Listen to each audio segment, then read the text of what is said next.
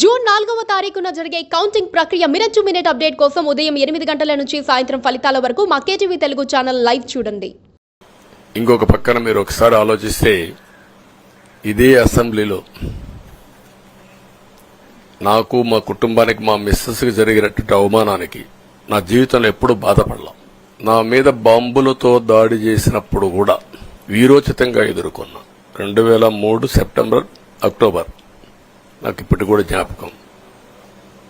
ఆ రోజు నా మీద బాంబులు చేసినప్పుడు ఒక పానిక్ రియాక్షన్లో కూడా నేను భయపడలేదు.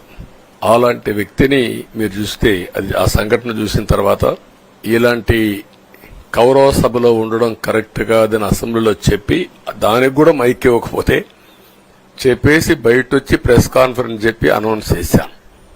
మళ్లీ క్షేత్రస్థాయిలో గెలిచి అసెంబ్లీని గౌరవ సభ చేసి అసెంబ్లీకి ఎంటర్ అవుతానని చెప్పాను. నేను ఏదైతే ఆ రోజు ఒక ప్రతిజ్ఞ చేశానో దాన్ని నిజం చేయడానికి ప్రజలు సహకరించారు. మామూలుగా సహకారం కాదది. నేను ఇన్ని సంవత్సరాలు చాలాసార్లు చాలా ఎలక్షన్లో గెలిచాం, కొన్ని ఎలక్షన్లో ఓడిపోయాం. ఎలక్షన్లో ఓడిపోయినప్పుడు నేను ఎప్పుడూ కుంగిపోలేదు. ఎలక్షన్లో గెలిచిన తర్వాత గంతులేయలేదు.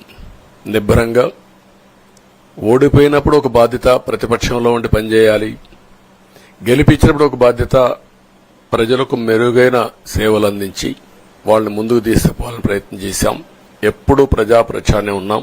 అలాంటిది జరిగిన తర్వాత ఈరోజు మళ్లీ ఇదే అసెంబ్లీకి నేను ఏదైతే చెప్పానో అది చేసి వెళ్ళడం అనేది తృప్తి, ఒక గౌరవం.